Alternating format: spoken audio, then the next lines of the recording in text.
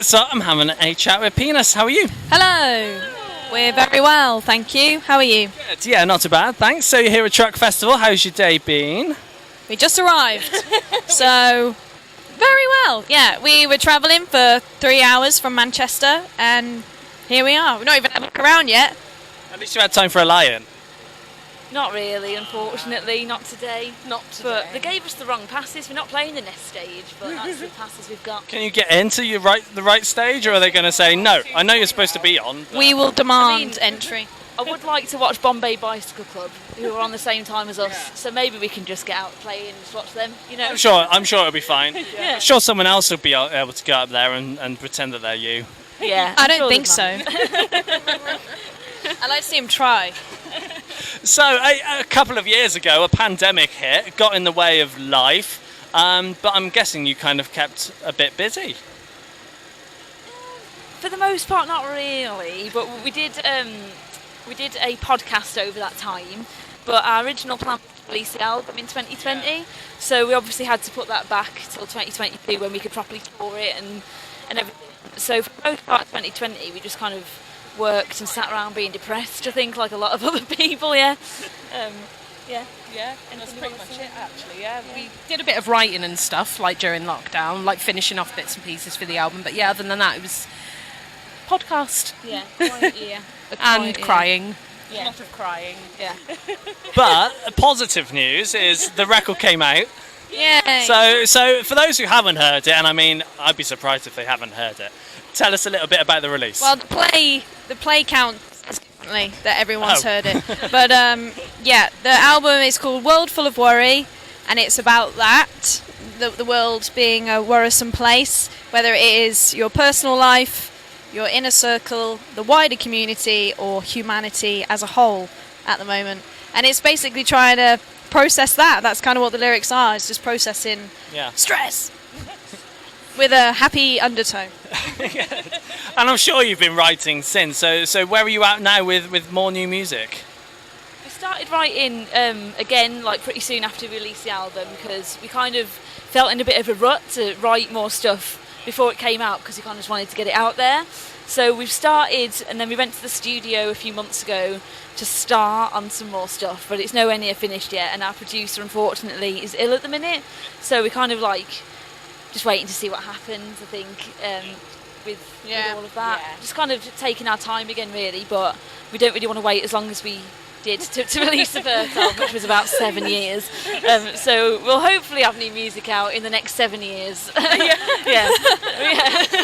And obviously you've had a go as kind of working towards the next release already. How's it sounding? Do you know what direction you're going in yet, or? I mean, it's very still much Peaness, like vibe. I think it's kind of, well, I don't know, some of the songs are a little bit more jolly, actually. Like, quite a positive. There's some songs that are quite But then I feel positive. like they've also kind of matured a little bit as well, like our writing, like process and everything, and putting everything together, it's just kind of matured a little bit, like with us naturally. Because we're really mature. Yeah, apparently. As we grow older. Yeah. And all that. Songs reflect that, so maybe we'll start sounding like Ryan Adams or something soon. It's just ballads next album. That's it. I can't see you going down that route. Not yet, anyway. Another 7 years, we'll see. Yeah. That's it. And people will want to see you on tour, I'm sure. So what's the plan once you finish here? Where are you heading off to? Where can people see you? We've got a few more festivals coming up in August, so where else are we playing? Handmade Festival, Blue Dot this weekend, and Boardmasters, yes. And then we're back on tour in October. But you can't wait to be doing a tour again. Oh yeah, it's great. It's actually great being back out on the road. It's brilliant. Apart from all like the little setbacks and stuff that we had on the last bit of the tour. Yeah. But this one should hopefully, fingers crossed, be smooth sailing. What setbacks? I want to know. Illnesses. These two. Spittle. Can you hold Jess your got own COVID microphone? For some, just like literally the first date of the tour, she come back from Italy and got a new strain of COVID, so we had to cancel that. strain of COVID. It was the It's new still strain of COVID. She got COVID 2022 is what she got, and then I got something called Quincy, which put me in ill midway through the tour, which wasn't very nice. Yeah.